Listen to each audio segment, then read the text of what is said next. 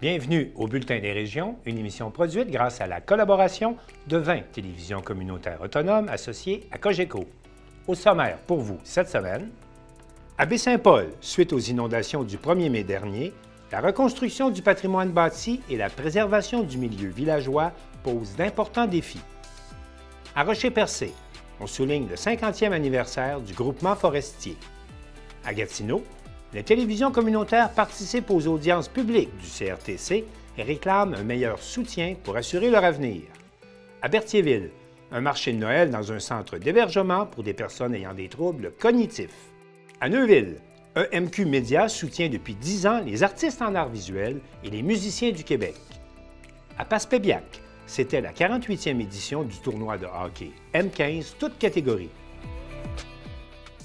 Mais pour commencer cette émission, on a une bonne nouvelle. On va se rendre à Lac-aux-Saumons, où l'ancien bâtiment imposant qui abritait la maison mère des Servantes Notre-Dame Reine du Clergé sera transformé en résidence pour les aînés.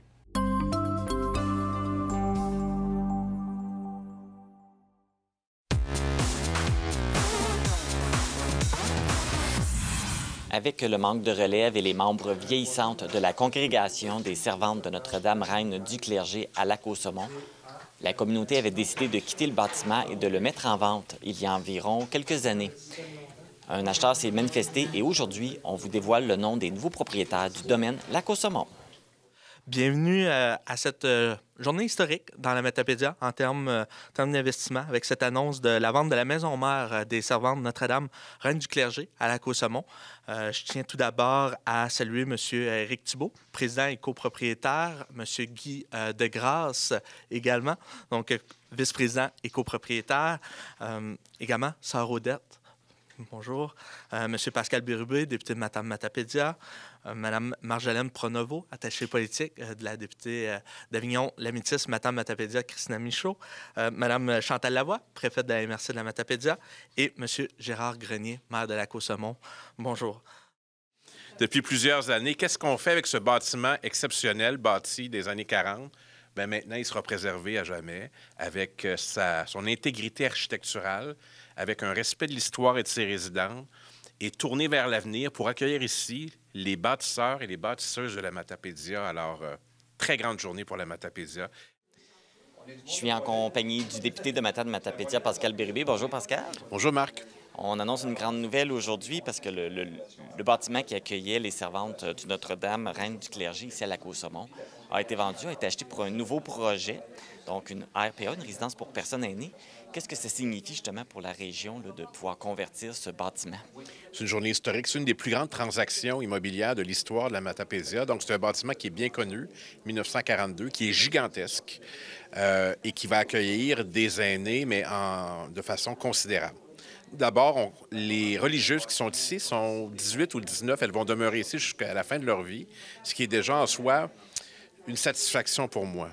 C'est leur congrégation, donc elles vont vivre paisiblement, pas de déracinement, mais on va accueillir un nombre important d'aînés qui vont vouloir venir habiter ici. Les prix vont être assez abordables.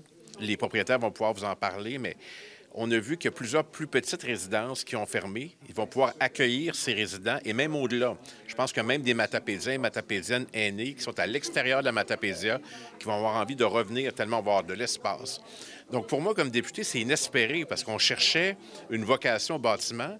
Non seulement on l'a trouvé, mais en plus, on vient combler un besoin et on vient complètement d'inverser l'offre. Et maintenant, il y a une offre abondante dans la Matapédia et pour moi, ça me soulage beaucoup. Et là, tu l'as mentionné, c'est une bonne nouvelle. Les religieuses qui étaient ici vont pouvoir continuer à rester ici parce qu'il était question qu'ils déménagent à Rimouski, mais là, ils n'auront plus besoin. Oui. C'était envisagé, même la démolition est envisagée. Imaginez un tel bâtiment d'une telle beauté. C'est un bunker ici. Hein? C'est fait très solide. D'ailleurs, ça a beaucoup intéressé les nouveaux propriétaires, la structure, l'intégrité architecturale. Donc, il y a beaucoup d'usages possibles, mais c'est fait pour beaucoup de monde. Il y a déjà jusqu'à 200 religieux ici. Il y a une immense cafétéria, il y a une buanderie, il y a tout ce qu'il faut. Il y a une chapelle encore qui est ici. Alors, moi, j'ai fait le tour il y a quelques semaines. On est venu rencontrer les nouveaux propriétaires. On a préparé la conférence de presse. Ils m'ont demandé d'organiser ça pour eux. Ils ont beaucoup confiance en mon travail. Puis on est devenus des amis rapidement. C'est des gens de Bécomo, des nouveaux propriétaires qui sont déjà dans ce domaine-là. Un ingénieur, quelqu'un spécialisé dans RPA, un médecin qui se sont mis ensemble dans une entreprise. Et ça s'appelle, je pense, le nom officiel, c'est le domaine Matapédia. Ils vont vous dire ça mieux que moi. Mais c'est surtout des gens qui ont envie d'investir dans la Matapédia. Alors, on ne voit pas ça tous les jours. C'est très apprécié. C'est quoi la part du gouvernement là, dans ce projet-là, dans cette transaction-là? La réponse, aucune. C'est des entrepreneurs privés. La question est importante parce qu'il y a à peu près un an, on se disait, c'est l'État qui va devoir investir, le gouvernement du Québec.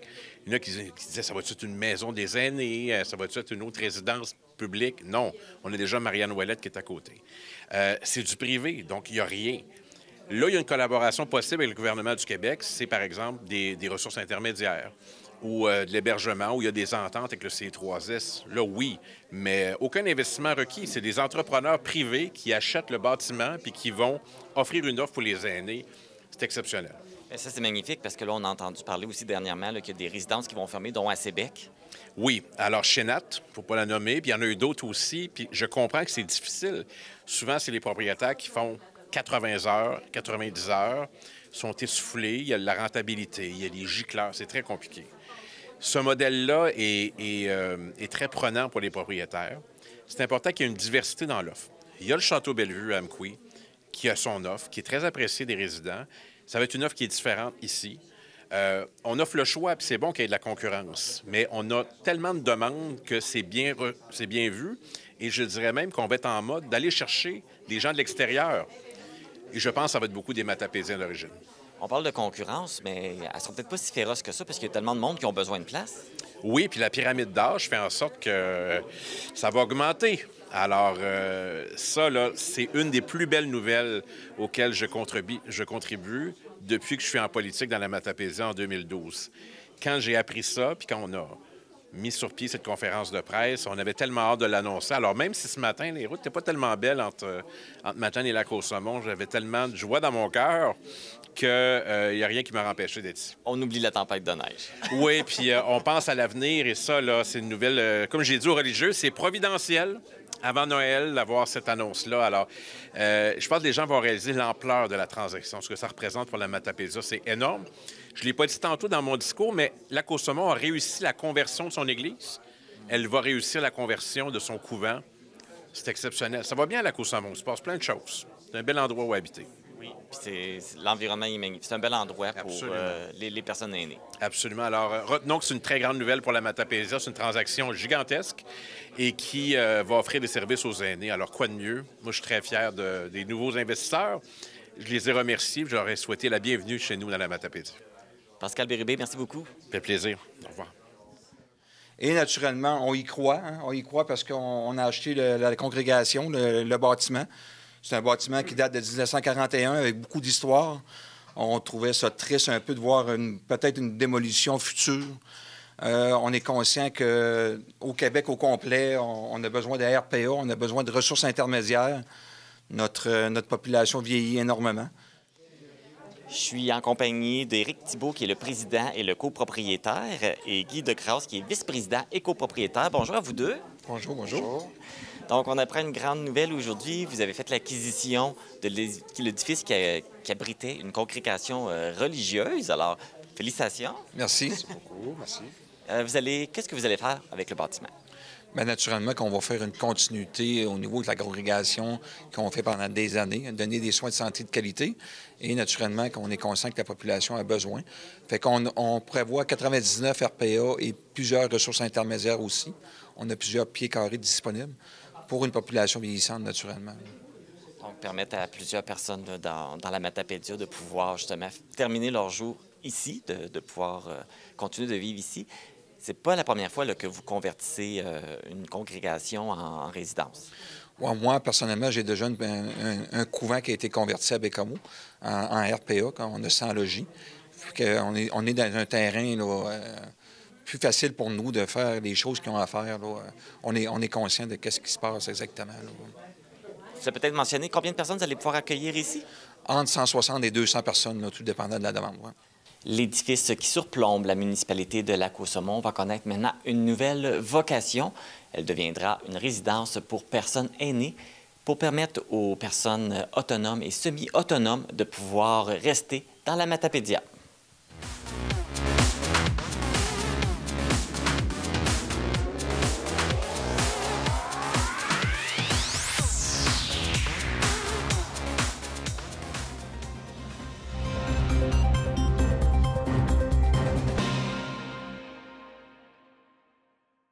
Suite aux inondations du 1er mai dernier à Baie-Saint-Paul, Lydia Duchesne de TVCO nous rapporte qu'entre démolition et rénovation, il y a une importante réflexion qui est en cours autour du schéma d'aménagement de la municipalité.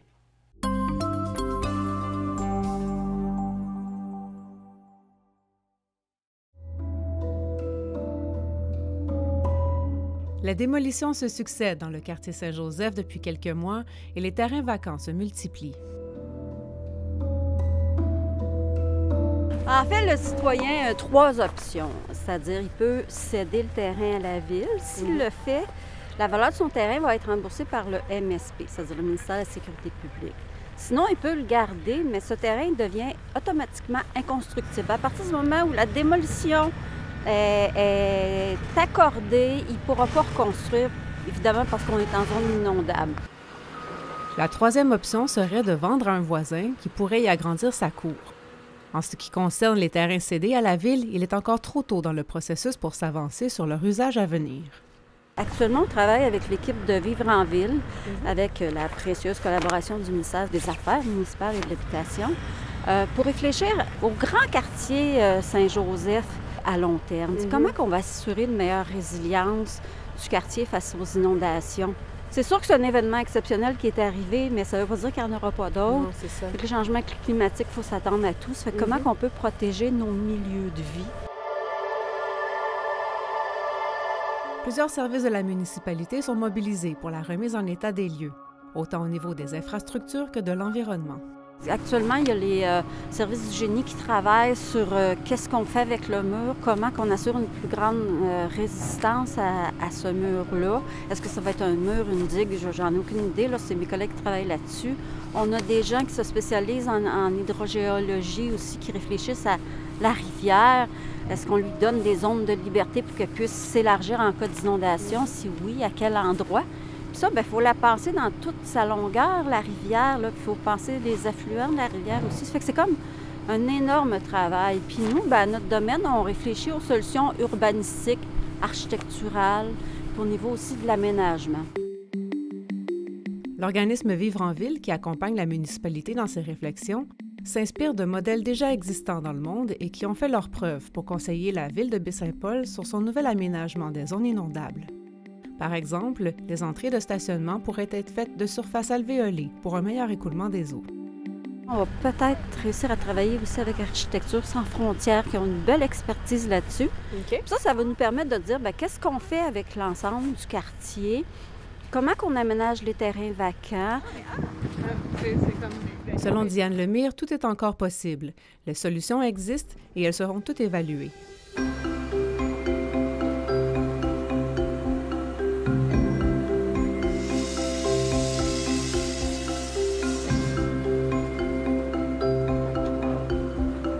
En ce qui concerne la préservation du patrimoine bâti, la procédure d'immunisation contre de futures inondations débute avec les ingénieurs qui déterminent la hauteur du premier plancher.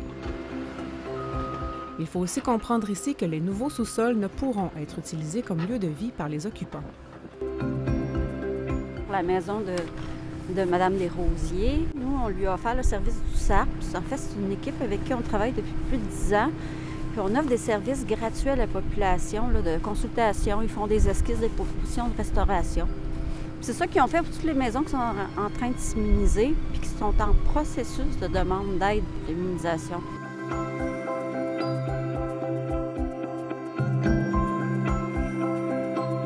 Ce qui est important pour nous, c'est évidemment que nos citoyens soient en sécurité, mais que le fait de rehausser le bâtiment, il ne pas minimiser la préservation du bâtiment patrimonial.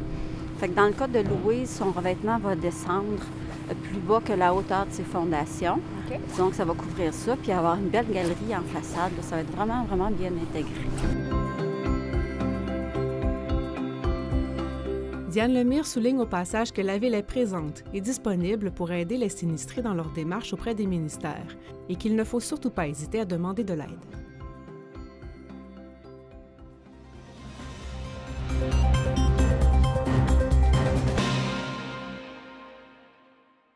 Jean-Denis Lapérière de la télévision du Rocher-Percé était à la fête soulignant le 50e anniversaire du groupement forestier du Rocher-Percé, une entreprise méconnue du grand public.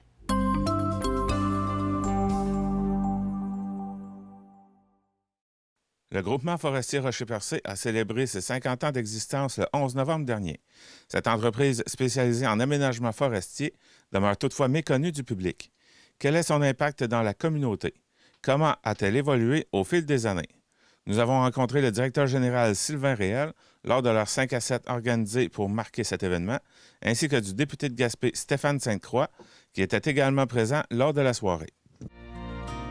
La mission du groupement forestier Rocher-Percé est la mise en valeur et l'aménagement intensif des ressources forestières sur les terres privées dans une optique de développement durable. L'organisme contribue également au développement socio-économique de la région par la création d'emplois et l'enrichissement du patrimoine forestier.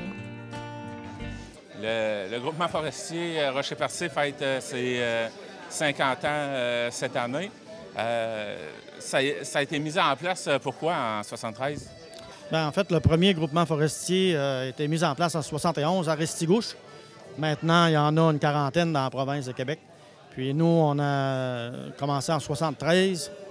Dans ce temps-là, c'est des propriétaires privés qui ils ont mis leur propriété en commun pour y travailler, puis tout en aménageant leur lot boisé.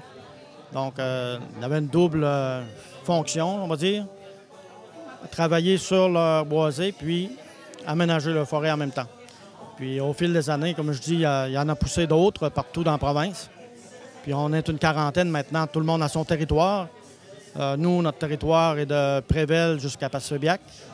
Fait que tous les propriétaires privés qui sont sur ce territoire-là peuvent faire appel à nous pour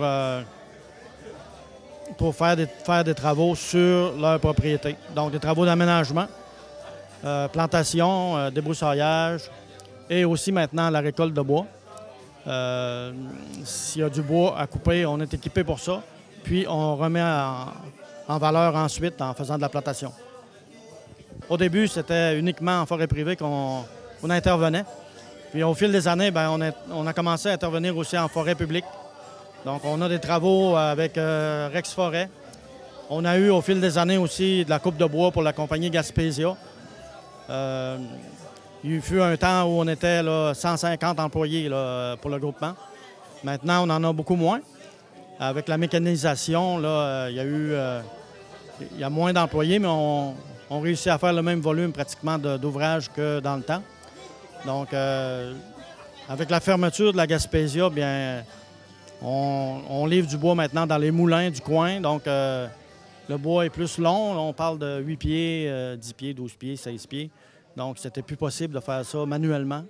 Donc, on a décidé de s'équiper de machinerie abatteuses, porteurs, pour pouvoir continuer à couper du bois et ensuite à reboiser les propriétés et les aménager aussi. Avec l'acquisition de ces nouvelles machineries-là, ça vous permet maintenant de soumissionner sur les appels d'offres publics? Oui, en fait, les appels d'offres publics, c'est plutôt au niveau de l'aménagement comme tel. Donc, les travaux de débroussaillage, dégagement de plantation et plantation. Donc, les systèmes ont changé au fil des années. Maintenant, on a moins de contrats garantis. Puis, il faut soumissionner sur des appels d'offres pour pouvoir avoir assez de travail pour tous les ouvriers. Donc, cette année, un exemple, là, on a quand même réussi à faire 19 semaines de travail à tous nos ouvriers en ayant gagné une soumission en dégagement de plantation.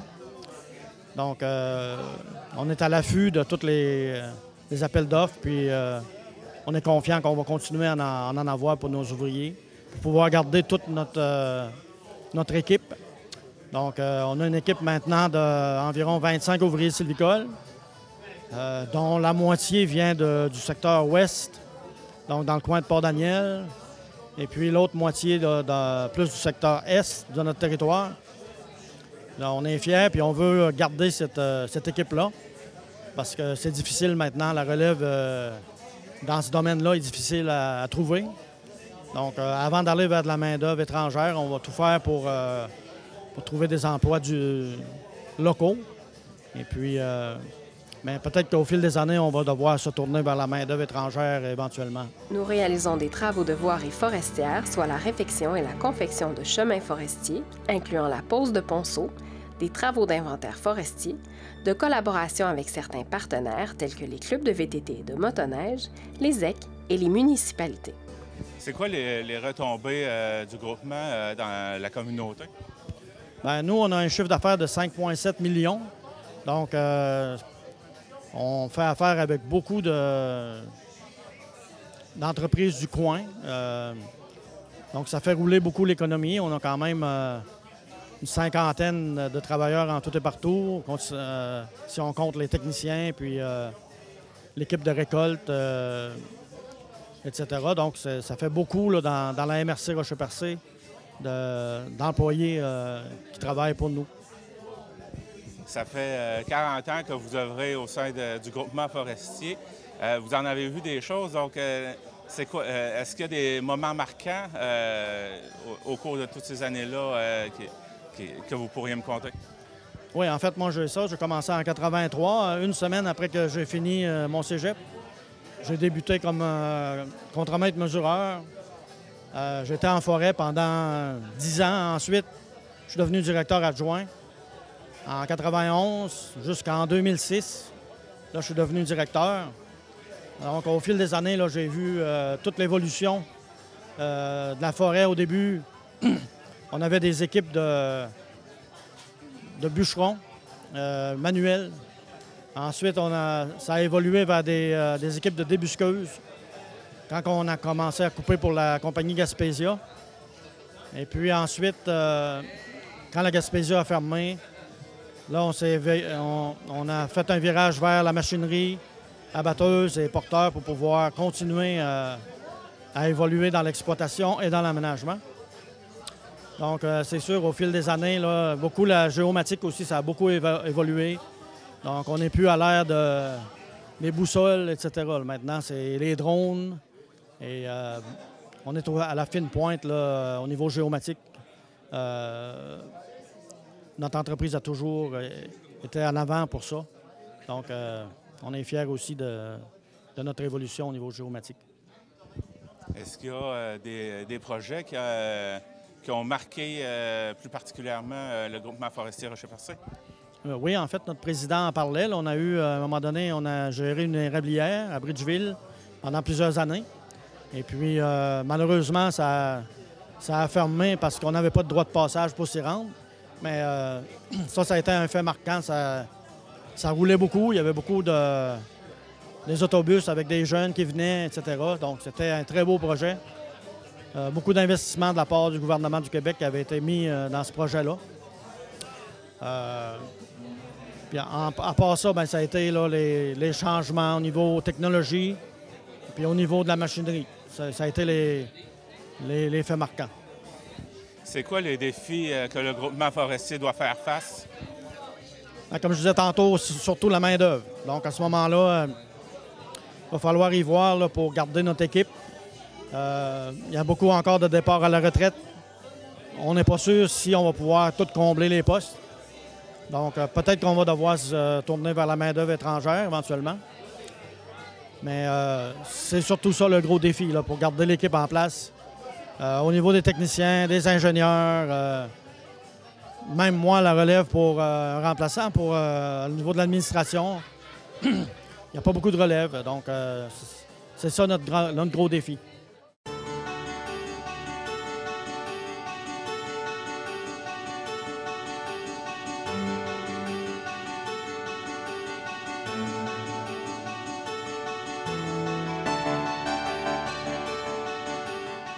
Donc, lors de votre discours, vous avez parlé que le groupement forestier C'est un modèle à suivre. Peux-tu développer là-dessus? Bien, effectivement, je pense que les entreprises telles le groupement forestier du Rocher-Percé, ce qui est intéressant dans leur approche, c'est qu'il y a vraiment là, un contrat social entre les propriétaires de l'eau privée et l'entreprise exploitant, ce qui fait en sorte qu'il y a une valeur ajoutée au niveau de l'aménagement de la forêt, bien évidemment. Au niveau de la récolte, bien, ça amène une redistribution, si on veut, au niveau de cette valeur-là. Donc, c'est équitable au niveau des parties prenantes qui sont impliquées dans la transaction. Puis, bien, il y a un respect aussi de la forêt qui fait en sorte que je pense qu'il y a des mesures intéressantes, des pratiques intéressantes qui méritent qu'on s'y attarde, puis qu'on voit comment on peut, dans nos milieux comme les nôtres, plus à échelle humaine, comment on peut mieux tirer profit d'un modèle comme celui-là. Quand je regarde l'évolution des 50 dernières années ici, quand on parle de la professionnalisation du métier, quand on parle de l'acquisition de machinerie à la fine pointe de la technologie, puis l'offre de services qu'il y a sur le territoire à ce niveau-là, je pense qu'il y a vraiment des pratiques qui pourraient inspirer d'autres types de regroupements similaires. Toutes les propriétés du groupement forestier sont certifiées FSC, ce qui garantit que les bois provenant de ces forêts sont conformes aux procédures de gestion durable des forêts. On plante entre 500 et 700 000 arbres par année. Puis c'est ça, notre but, nous, c'est pas, on n'est pas un entrepreneur en coupe. Là. Si on coupe du bois, le propriétaire est au courant qu'on va reboiser par la suite. Donc, si un propriétaire ne veut pas faire d'aménagement par la suite, on n'adhérera pas avec lui. Donc, c'est vraiment l'aménagement qui suit pour que la forêt perdure au fil des années. C'était Jean-Denis Laperrière à Grande-Rivière.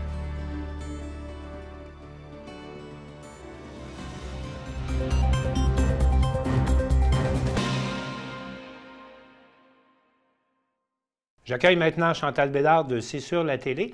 Chantal, bonjour. Bonjour. Chantal, vous avez décidé de passer votre télévision communautaire en streaming. Donc, on peut maintenant vous écouter en direct sur Internet. Qu'est-ce qui a justifié ce pas que vous venez de faire comme télévision communautaire? Je dirais que c'est une suite logique de qu'est-ce qu'on dans notre virage numérique qu'on a mis en place depuis les dernières années. Bon, évidemment, c'est un dossier, on le sent, on a fait des sondages, la baisse des abonnés sur le câble traditionnel se poursuit à travers le temps. Alors, on a lancé au mois d'août une application mobile et maintenant de lancer une plateforme de streaming en continu, de diffusion en continu. Comme j'expliquais, c'est une suite logique parce que les gens veulent pouvoir écouter sur des plateformes numériques le contenu, les nouvelles locales. Maintenant, il était auparavant très coûteux d'être en mesure de faire de la télévision en direct. Comment une télévision communautaire s'en sort maintenant avec ces technologies-là? Bien, évidemment, à l'époque, on avait besoin de la baie-diffusion, le matériel technologique pour diffuser en direct. Il y a des outils, il y a des logiciels, il y a des façons de faire. Puis nous, ici, à C'est sur la télé, on a la compétence à l'interne, on a les gens. Fait qu'on a développé notre propre programme en collaboration avec des plateformes. Puis on s'est assuré de travailler avec des plateformes canadiennes. Donc, si je comprends bien, vous êtes maintenant complètement autonome par rapport aux méta de ce monde, aux grandes compagnies qui gèrent la plupart des réseaux sociaux qu'on utilise. C'est bon que vous le souligniez, puis c'est ce que je m'apprêtais à dire avec la foulée là, du boycottage de Meta, de Facebook. On travaillait beaucoup aussi avec les plateformes de Google. Et là, on avait peur que Google, dont YouTube, qui appartient à Google, mette aussi en application une certaine forme de boycottage. Ils l'ont pas encore fait, mais ça nous a fait réaliser qu'on était extrêmement dépendants des plateformes américaines, au bon vouloir des compagnies américaines, et ça nous dérangeait de pas pouvoir être autonome, de pouvoir contrôler. Et on doit aussi le dire, les câbleaux distributeurs aussi, on n'a pas toute la liberté qu'on voudrait, nous, dans notre télévision. Ici, on ne sommes pas les propres diffuseurs. On doit travailler avec Cogeco, avec Vidéotron.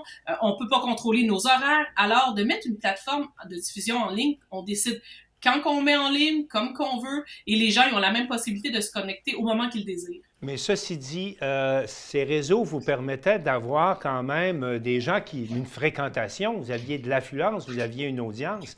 En étant autonome du côté de vos diffusions et de vos moyens, est-ce que vous n'avez pas l'impression que vous allez perdre une audience que ces grandes plateformes, auxquelles cette grande plateforme vous donnait accès? On a fait un sondage auprès des citoyens de Vaudreuil-Soulanges et on est assez surpris des résultats qu'on a reçus. 90% des gens qui consomment notre télévision communautaire la consomment sur des plateformes numériques. Donc, 90%. Donc, ça veut dire qu'il y a seulement 10% qui l'écoutent sur la télévision câblée. Alors, c'est le contraire. En embrassant le numérique, on va augmenter nos audiences puis on va augmenter nos codes d'écoute. Même si vous ne faites plus affaire avec Google ou encore avec Facebook? Bien, je dirais que depuis qu'on n'est plus sur Facebook, parce qu'on a été boycotté, on a une vague de solidarité de la communauté. Les gens, ils ont comme compris qu'on n'est plus là. Alors, ils s'abonnent à nos infolettes. On est devenu un média équitable. On a enlevé les intermédiaires. Vous savez, hein, comme le café, le chocolat, on veut consommer équitable. Ben, c'est ce que je vends aux gens, consommer nos médias de façon équitable. Et c'est ce que nous sommes devenus. Et est-ce que les chiffres, je sais que ça fait pas longtemps quand même que vous avez démarré votre diffusion, mais est-ce que vous avez des résultats qui vous satisfont? C'est progressif. Je dirais que pour l'instant, on est plus en mode exploratoire. C'est une plateforme bêta, mais on peut avoir une affluence peut-être 200-300 personnes par jour pour l'instant. Donc, mais on sent qu'avec le temps, ça va augmenter. Il faut quand même pas oublier que le VOD, qu'on appelle le vidéo sur demande sur notre plateforme, donc c'est quand même possible d'écouter pas seulement le direct, mais aussi quand au moment que ça adonne, on a des 20 à 30 000 personnes par mois qui viennent écouter nos émissions à chaque mois, là. Donc, c'est positif comme développement, mais les chiffres restent à venir. Les chiffres restent à venir quand même, là, pour voir si vraiment vous allez vous développer une nouvelle audience à partir de ces plateformes. On reviendra pour une entrevue pour vous donner plus d'informations quand on aura un peu plus expérimenté la plateforme. Par ailleurs, vous bougez beaucoup, Chantal Bédard, et la semaine dernière, vous étiez à Ottawa pour les audiences du CRTC. Pouvez-vous m'en parler brièvement? Oui, effectivement, on voulait absolument participer aux discussions concernant la modernisation de la radiodiffusion au Canada. Alors, on s'est assuré d'être présent sur la table de discussion avec plusieurs autres partenaires, collaborateurs, collègues au Canada, dont la Fédération des diffusions communautaires. Bon, il y avait une belle liste et justement, nous avons un reportage qui va suivre dans quelques instants, qui résume bien ce qui a été discuté à cette table. Bien, Chantal Bédard, on écoute votre reportage et je vous remercie. C'est un plaisir.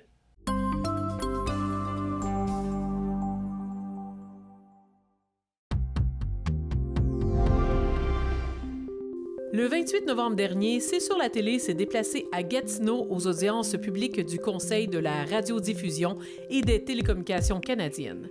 La télévision communautaire de Vaudreuil-Soulanges a été invitée à prendre part aux discussions afin de démontrer comment le milieu des télévisions communautaires au Canada peuvent contribuer à la modernisation de la radiodiffusion. Avec votre avis de consultation, vous demandez de vous aider à élaborer un cadre réglementaire modernisé pour soutenir la diffusion de contenus canadiens et autochtones. Le gouvernement, via son récent décret, donne instruction au CRTC d'examiner comment il peut encourager l'innovation et appuyer la pérennité des radiodiffuseurs communautaires qui revêtent une importance exceptionnelle pour la réalisation des objectifs de la loi. À titre de citoyen consommateur de ma télé communautaire, je suis inquiet pour l'avenir et la survie de celle-ci dans le cadre actuel, confinée à la seule distribution par câble. Dans un contexte de crise des médias locaux, de déficit de représentation des minorités et des régions dans le paysage télévisuel, il nous semble évident que le secteur privé ne soit pas la clé pour faire rayonner nos régions et assurer un exercice plein et entier de la démocratie. We applied to set up a certified independent production fund for community TV last year after the Standing Committee on Canadian Heritage recommended it in the report on the Rogers Shaw purchase, but we're told we don't meet the criteria. We need operational funding for heat, light, space, equipment, and staff coordinators to facilitate the voice of Canadians. Hundreds of TV and film production professionals, including Montreal CTV news anchor Mutsumi Takahashi, have worked with us. A lot of other ones you probably haven't heard of behind the camera. Thousands have received training. But we're not just a learning environment. For decades, CUTV has had a close relationship with the community. Let me remind everyone, public libraries have a broad mandate to support community media if funded.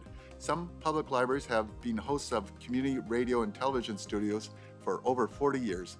Now we ask the CRTC to help public libraries connect Canadians to broadcasting by creating a Community Media Access Fund to develop new nonprofit community media centers hosted by public libraries.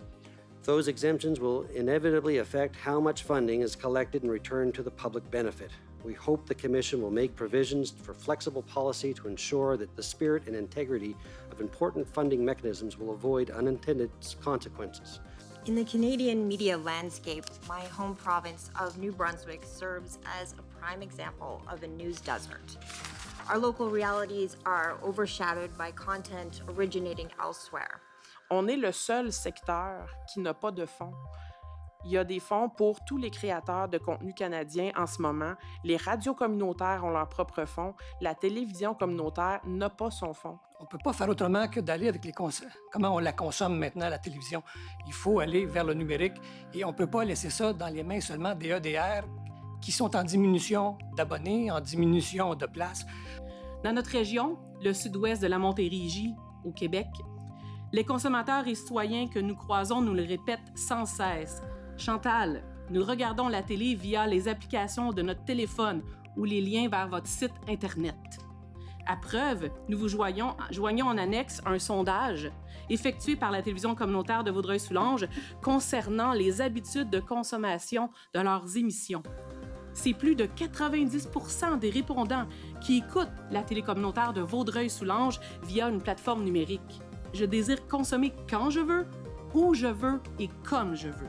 Je veux que ma culture soit accessible sur la plateforme que je désire.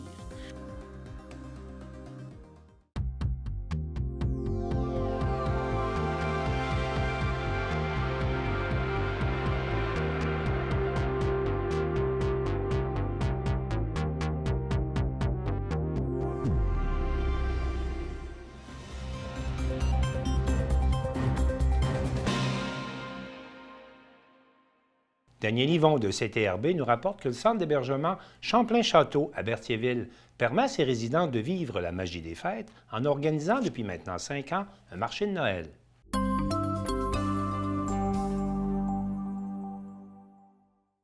Les marchés de Noël sont nombreux partout au Québec. Berthierville, dans la Naudière, n'échappe pas à cette tradition. Mais, dans le coin ici, un marché est vraiment différent.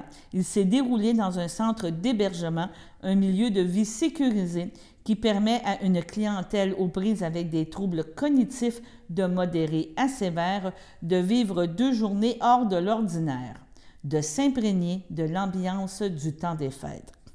Le week-end dernier, les 73 résidents du centre Champlain-le-Château ont pu, avec les membres de leur famille et des résidents du coin, parcourir, et ça pour une 5e année consécutive, de jolis kiosques colorés. Une bonne vingtaine d'artisans d'artisanes ont partagé leur passion. Cadeaux sucrés, tricots, jouets, vêtements, confitures, bijoux et bien plus. La caméra de CTRB a parcouru ce marché intérieur, un marché pour le grand public, mais aussi et surtout pour les résidents, ce qui leur permet de socialiser avec la population de Berthierville. Écoutons Julie Bellil, en charge des activités de loisirs, et Chantal Dufresne, conseillère à la qualité du milieu de vie, membre du comité organisateur, un comité regroupant plusieurs bénévoles œuvrant auprès de ses résidents. Donc, on est dans un centre d'hébergement et c'est notre 5e édition. En fait, on amène le marché de Noël dans la résidence parce que nos résidents ne peuvent pas sortir à l'extérieur pour aller visiter les magnifiques marchés qu'il y a dans la communauté. Donc, c'est notre façon d'amener un peu de vie de Noël dans notre centre d'hébergement. Ça permet également de développer le partenariat avec la communauté. On remercie notre belle équipe de bénévoles, nos comités d'usagers qui nous donnent un coup de main à chaque année pour créer ce beau marché de Noël et nos collègues aussi qui sont là pour nous donner un coup de main. Donc, voilà. C'est un travail de longue haleine. On travaille dans notre comité, on a 7 ou 8 personnes qui regroupent des employés, des bénévoles, le comité des usagers et on travaille ensemble depuis le mois de juin. À chaque année, on commence au mois de juin pour organiser cette journée-là. Donc, c'est vraiment un travail d'équipe. Les artisans, les gens qui viennent exposer, offrir leurs produits, reviennent d'année en année. Effectivement. Effectivement. Il doit y avoir à peu près 75-80% de nos artisans qui reviennent chaque année. On les sollicite au mois de juin pour qu'ils viennent faire partie. Puis ils sont toujours enjoués de recevoir notre invitation à chaque année. On les remercie grandement aussi là, pour leur soutien à chaque année pour qu'ils puissent revenir. Donc, merci beaucoup. Merci. Merci à vous.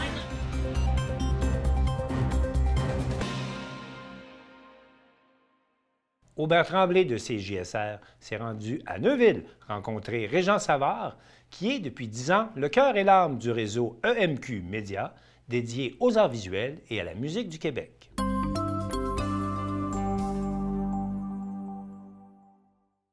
Bienvenue dans l'émission Rock Metal Grunge sur Radio Émergence. Mon nom est Régent Savard. Je vous accompagne tout au long de cette capsule musicale et vous propose d'entendre pour débuter Godbout, Walk with Titans et Voyons donc.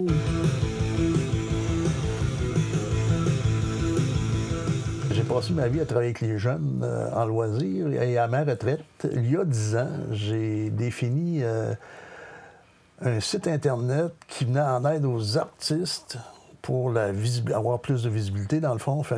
Il s'agit d'artistes en art visuel et de musiciens. Dans le cas de l'art visuel, le site propose plusieurs magazines. Quand tu arrives sur le site Internet mqmedia.com, tu cliques sur l'image du magazine que tu veux voir. Donc, tu arrives directement sur le magazine en question. Ici, c'est le magazine des arts et de la culture au Québec depuis 10 ans, Émergence Magazine Québec.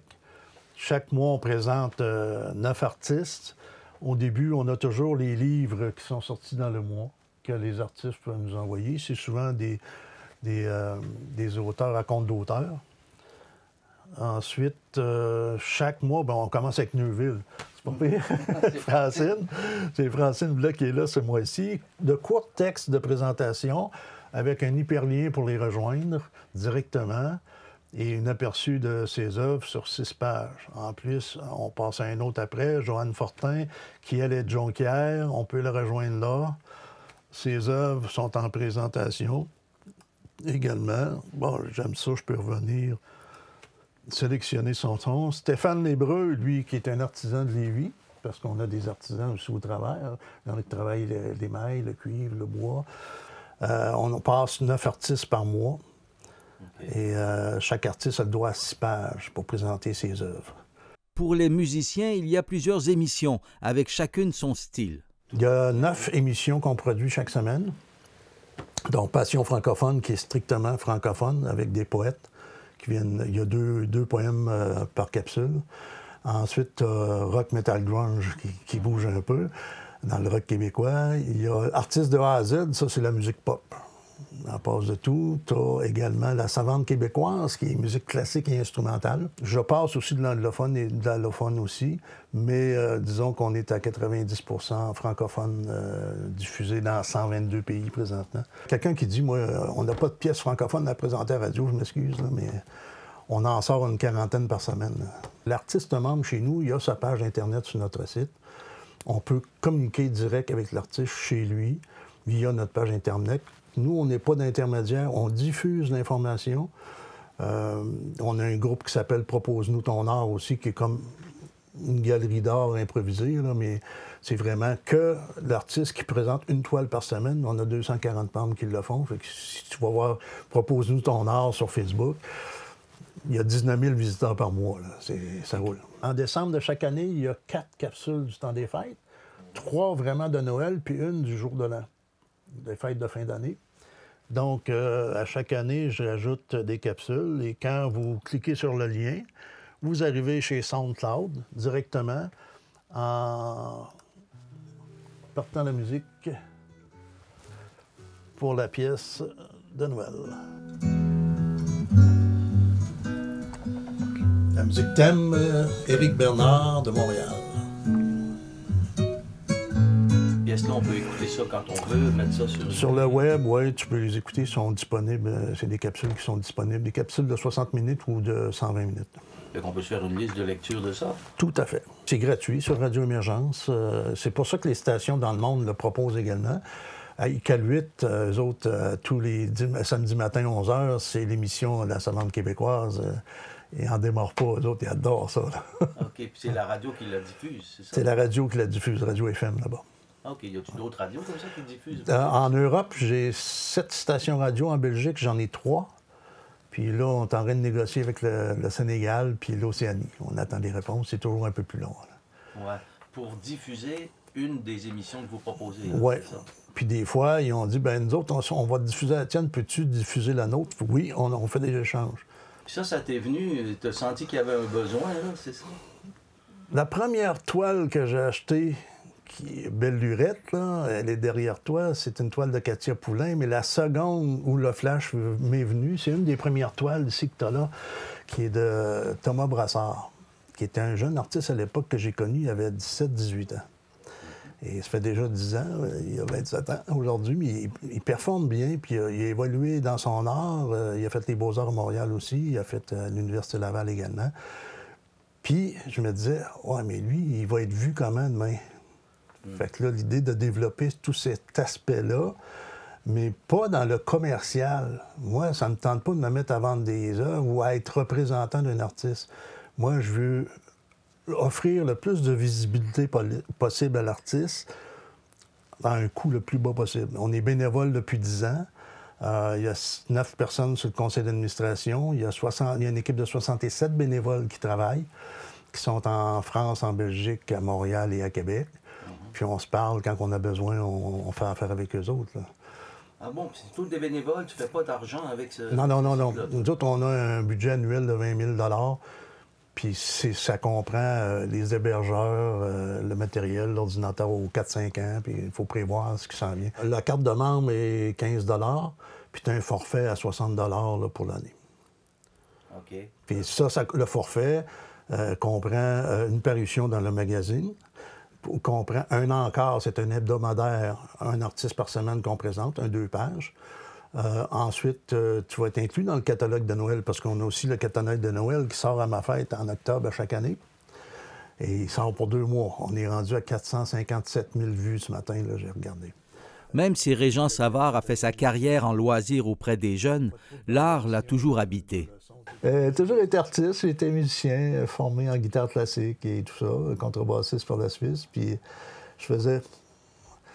Un jour, je vais revenir à l'art, parce que moi, ils m'ont toujours mis au sport et loisirs, tandis que là, j'étais plus dans le domaine des arts et culture, mais c'est pas grave. Puis, plus je voyais mes jeunes grandir en art et, sur les terrains, puis il se passait rien, ou à peu près pour eux autres. Fait que je disais, bon, ben un jour, il va falloir faire de quoi, tu sais. Puis là, ben, à la retraite, le déclic s'est fait avec la peinture de lui. J'ai fait, non, on fait quelque chose là, c'est important. Donc, tu es revenu finalement à tes amours. À mes sources. Bon, comme à la radio-école au secondaire. Ah, tu faisais ça au secondaire? Oui. Déjà. OK, avec mon cours au Collège des annonceurs radio-télévision en 1976, avec M. Gagnon sur la rue Saint-Louis à Québec. Depuis novembre, Régent Savard habite Neuville. Il connaît bien la région. La majorité de ma famille est dans Portneuf. J'ai passé ma jeunesse, jusqu'à mon adolescence à Portneuf-Station en haut. Là, je suis revenu un petit peu dans le comté de Portneuf dans les années fin 70, début 80.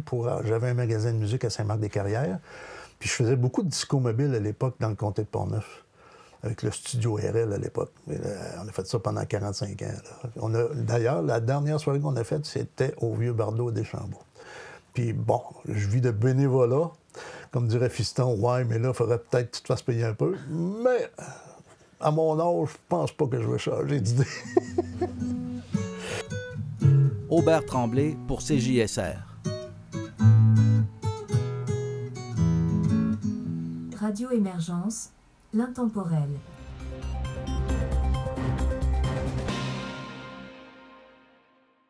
Valérie Pinault de Télévague a rencontré de jeunes joueurs de hockey qui participaient à la 48e édition du tournoi Invitation M15 toutes catégories de Passepébiac.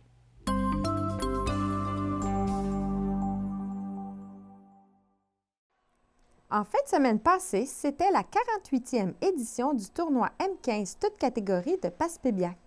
Le comité organisateur a su offrir une belle cérémonie d'ouverture avec des jeux de lumière en commençant par la présentation de la relève des joueurs de hockey pré-novices et novices de Passepébiac et ainsi que du club de patinage artistique. Les discours ont été brefs et pertinents, sans longueur inutile. Ensuite, les joueurs Bantam ont défilé sur la glace, accueillis par une musique entraînante qui a mis tout le monde dans l'ambiance. Le dimanche, la population a eu droit à une pluie de rondelles sur la glace, une activité originale de financement de l'Association de hockey mineur de Passepébiac. Au total, il y a eu 44 matchs de hockey joués par des équipes qui s'étaient déplacées de Carleton à Gaspé. Un événement de telle ampleur n'aura pas pu être réalisé sans l'aide de plus d'une centaine de bénévoles. Les jeunes joueurs ont démontré leur talent et leur dévouement tout au long du tournoi, offrant un spectacle captivant pour les spectateurs et les supporters. Les joueurs ont su montrer qu'ils étaient passionnés par le hockey et qu'ils étaient capables de travailler ensemble pour atteindre leur objectif. Télévague en a profité pour recueillir les commentaires des joueurs des équipes gagnantes dans chaque catégorie. Félicitations, Félix! Merci. Comment t'as trouvé ton match? Bien. Là, tu jouais contre une autre équipe de Chandler. Ça veut dire que c'était tes amis que tu jouais contre en finale. Oui. Tu vas à l'école avec eux autres? Ben, il y en a un qui s'appelle Jacob qui est dans ma classe, mais le reste, c'est juste mes amis que je connais parce qu'on faisait des pratiques ensemble. Puis c'était quoi le moment clé du match, là, que tu sentais que vous alliez avoir la victoire? Quand il restait une minute. C'est qui ton joueur de la Ligue nationale, ton joueur préféré? Connor McDavid. Cool, vu qu'on a gagné, puisque c'est comme vraiment cool, puisque t'as un trophée, c'est vraiment cool. Là. Tout le monde criait de même, let's go, comme, c'est vraiment cool. C'était vraiment un match serré. Comment t'as fait pour gérer ton stress? Ben, j'essayais pas de penser à ça, mais vu que c'est quand même dur, mais j'essayais de pas penser à ça. C'est qui ton joueur préféré de la Ligue nationale? Ben, avant, c'était McDavid, mais là, je sais plus trop. Mais j'aime beaucoup McCarr. Puis, qu'est-ce que tu ferais? C'est quoi tes points forts au hockey? Ben, je suis vite. Puis, comme toutes les positions, je suis bon. C'est ça. As-tu des choses à améliorer? Mon tir, je vise bien, mais c'est qu'il n'est pas assez fort. En finale, c'est trippant. Puis, avant un match, as-tu une petite routine? Non, ben, j'essaie de manger plus sainement, comme des fruits. Okay. Comment t'as... Sinon, il n'y a pas vraiment de routine. Comment t'as trouvé l'ambiance d'un gradin? Ah, c'était vraiment le fun. Il y avait beaucoup d'ambiance. Ça criait tout le temps moussette, puis c'est vraiment le fun. C'est quoi le meilleur moment, ton meilleur souvenir du match? Quand on a gagné, puis le chrono est à 0, qu'on a tout lancé nos gars, qu'on a été au goaler. Okay. Puis c'est qui ton joueur préféré de la Ligue nationale? Victor Hedman. Comment qu'on se sent après avoir gagné? On se sent très bien, c'est le fun. T'sais. On est content pour nous autres. On a travaillé tout le début de saison comme des chiens, puis là, on est mérité, on est glorieux. C'est le fun. Okay. Puis là, votre finale des midgets, c'était une équipe de Chandler contre l'équipe de Chandler. Oui. J'imagine, c'était quoi de jouer contre ses amis? Ben, c'est bizarre, parce que c'est comme si on était une pratique. C'est entre nos chums, on connaît leur lancer, on connaît comment ils jouent. Ça fait que c'était peut-être pas plus facile, mais c'était mieux. T'as-tu fait un arrêt décisif que tu te rappelles? Ouais, en deuxième période, j'ai eu un lancer de Jadon, puis j'ai eu damage, je l'ai beurré. T'as-tu une petite routine avant un match? Ben, j'ai pas de routine, mais j'ai une affaire. J'ai un bas rose, un bas vert. Je mets le rose là, puis le vert là, tout le temps. OK. Puis c'est qui ton joueur de la Ligue nationale préféré? En ce moment ou de tous les temps? De tous les temps. Je vais y aller avec Marc-André Fleury.